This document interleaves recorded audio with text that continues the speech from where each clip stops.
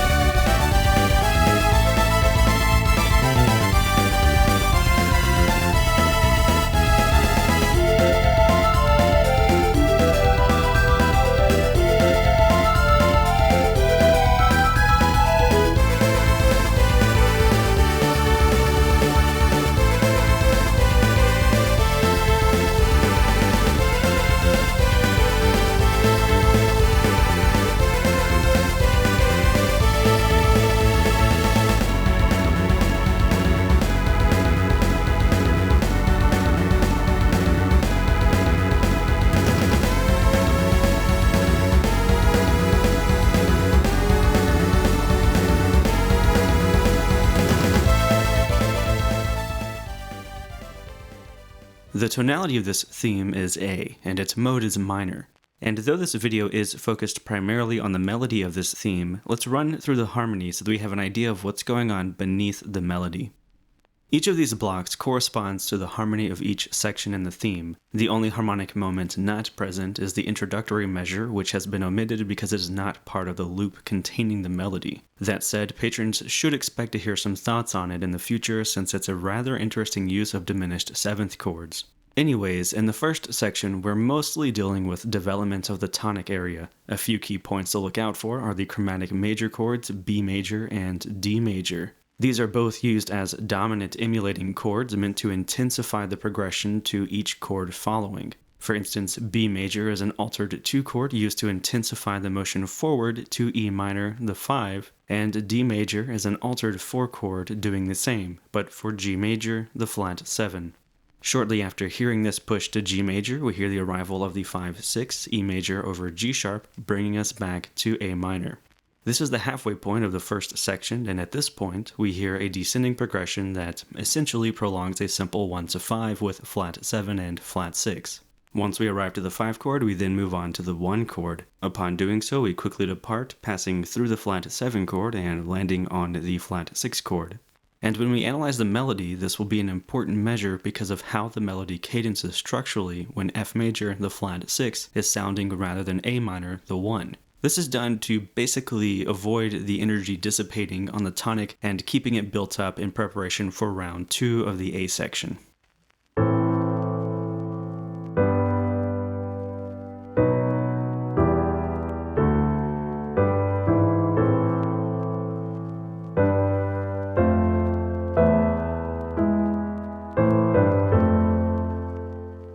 When the A section repeats, the final measure is omitted, causing us to move directly from the 5 chord E major to F major 7, the flat 6-7, which is the first chord of the B section.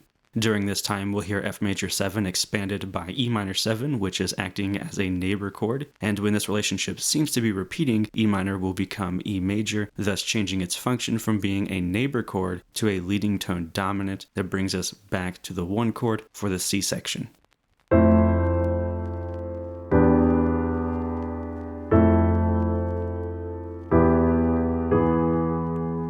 In the C section, the focus is back on the tonic for the first half. One point to make note of is that D major is used here as simply an altered subdominant with no leading tone function. In measure 4, we hear F major 7 to G major, which sounds like an ascending progression that we expect to bring us back to the 1, but instead the harmony falls back to the flat 6, shifting our focus to the sub-mediant. In this second half, the harmony plays with said ascending progression, and in the final 2 measures, the progression is used as a means to cadence into the tonic, only this time it has a major quality.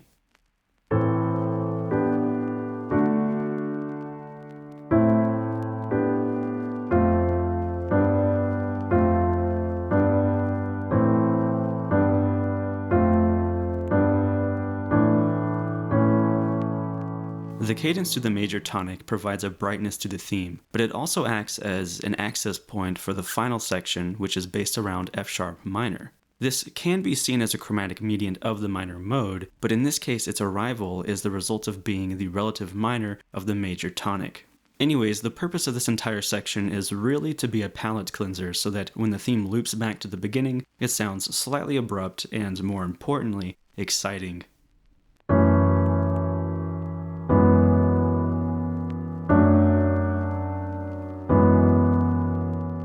Now that we have a basic understanding of the harmony, let's jump into the analysis of the melody. The core idea of the first 4 measures consists of E descending by step to D, followed by a rising stepwise line leading to G sharp.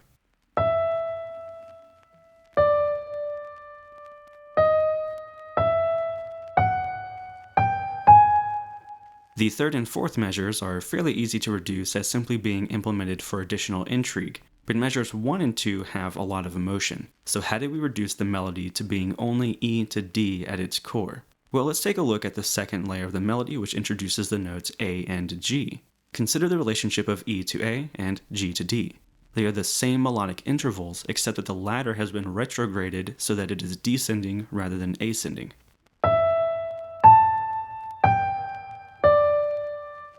This creates a sequence of fourths which can be reduced to only E and D at the core level. When we add the third layer of embellishments, we see that in measure 1, the notes D, C, D are simply used to embellish E itself before leaping to A. And in measure 2, the notes F, E, D, C are used to embellish the descent of G to D.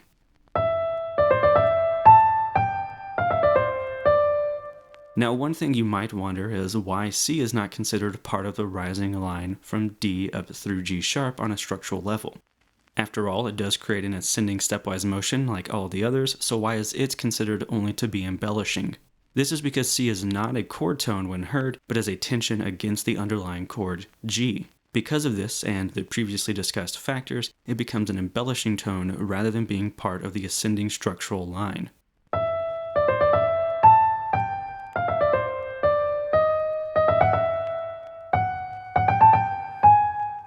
Now that we understand what's happening in these measures, it will be easy to see that the goal of this core idea is to ascend from the initial E through G sharp to A. And when we arrive to A, we are at the beginning of the next melodic idea. In these 4 measures, the core idea is essentially the note A. Of course, I understand that this seems probably preposterous considering the amount of notes in the actual melody, but once we add everything back in with layers, you'll see that ultimately the whole goal of these measures is to leave A and come right back to it. So in the next layer, we see that the first measure outlines an ascending A minor triad passing through C and ending up at E. Once we arrive to E, all of the following notes form a descending interval outline of a fifth from E back to A.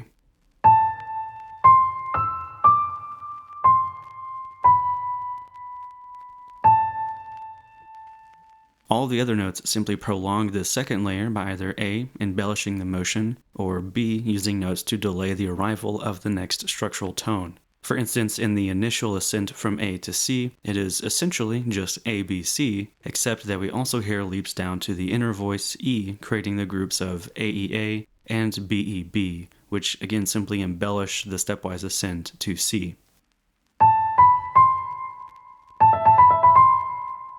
And when we arrive to E, we hear a rush of notes that ultimately lead us right into the next structural tone, D, meaning that all of these interposing tones are simply embellishing. Other moments include leaping away and returning to the current structural tone, such as B leaping to G sharp and then ascending back to B with stepwise motion,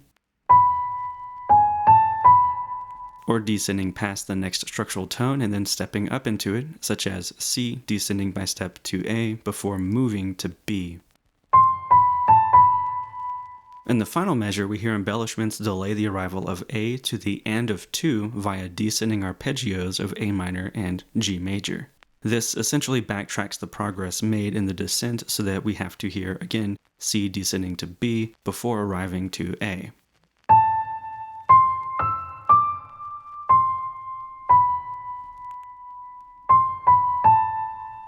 As mentioned before, this content will repeat, but without the final measure.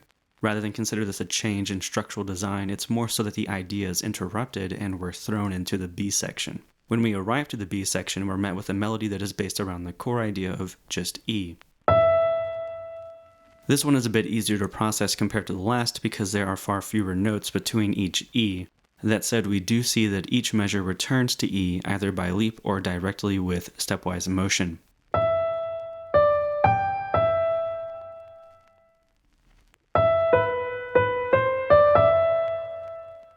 This lasts until the final measure when we hear an ascending stepwise line leading us elsewhere.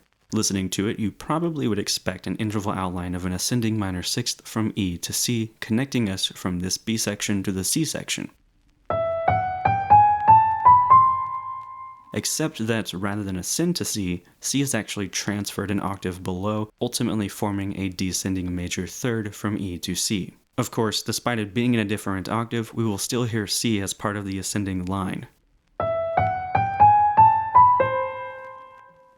In this section, we have a repeating core idea that consists of C descending by step to A.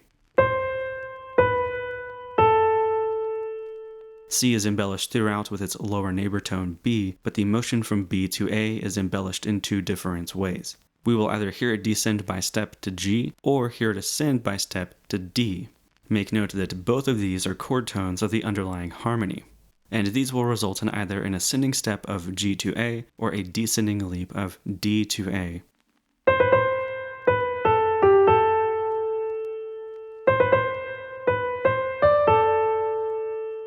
Altogether, we still have, at its core, a descending stepwise line of C, B, A.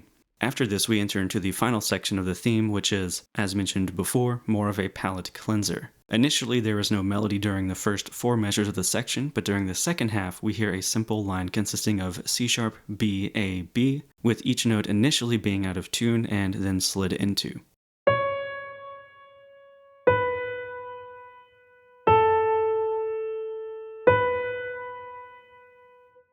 This is essentially a variation of the previous core idea exchanging C for C sharp. That said, I view this idea as being a prolongation of C sharp rather than being a structural motion of C sharp to A.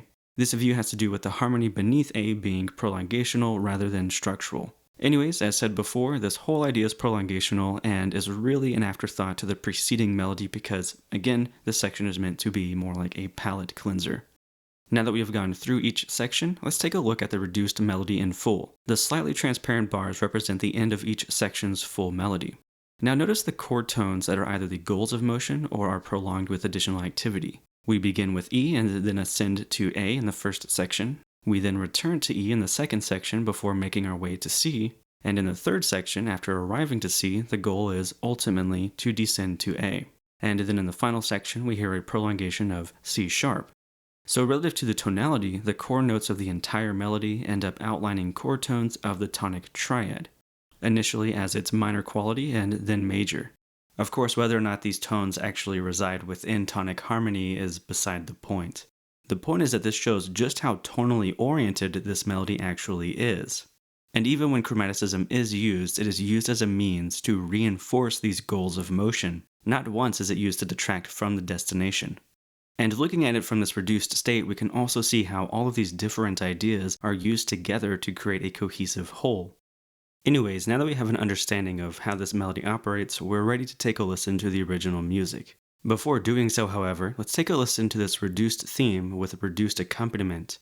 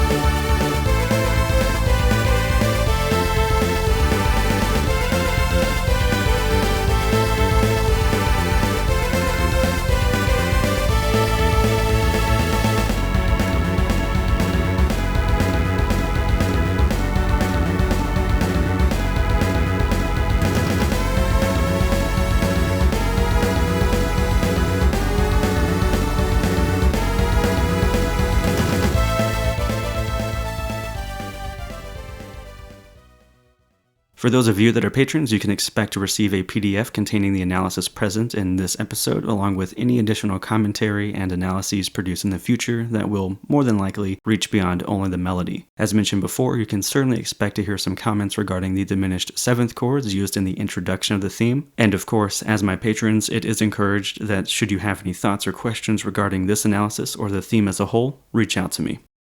For those of you that are not patrons but would like to support my endeavors, be certain to subscribe to the channel, like the video, comment below, and share the video as often as you can on social media platforms. If you find yourself wanting to take your support to the next level, hop on over to patreon.com/gim and consider pledging some coin. If you are not a user of Patreon or simply want to make a single financial contribution, you can do so via PayPal, the link to which can be found in the description below. These videos do take a lot of time and effort, so any support on your end is greatly appreciated. Either way, until next time, thank you for watching this episode of Music Theory with Gim.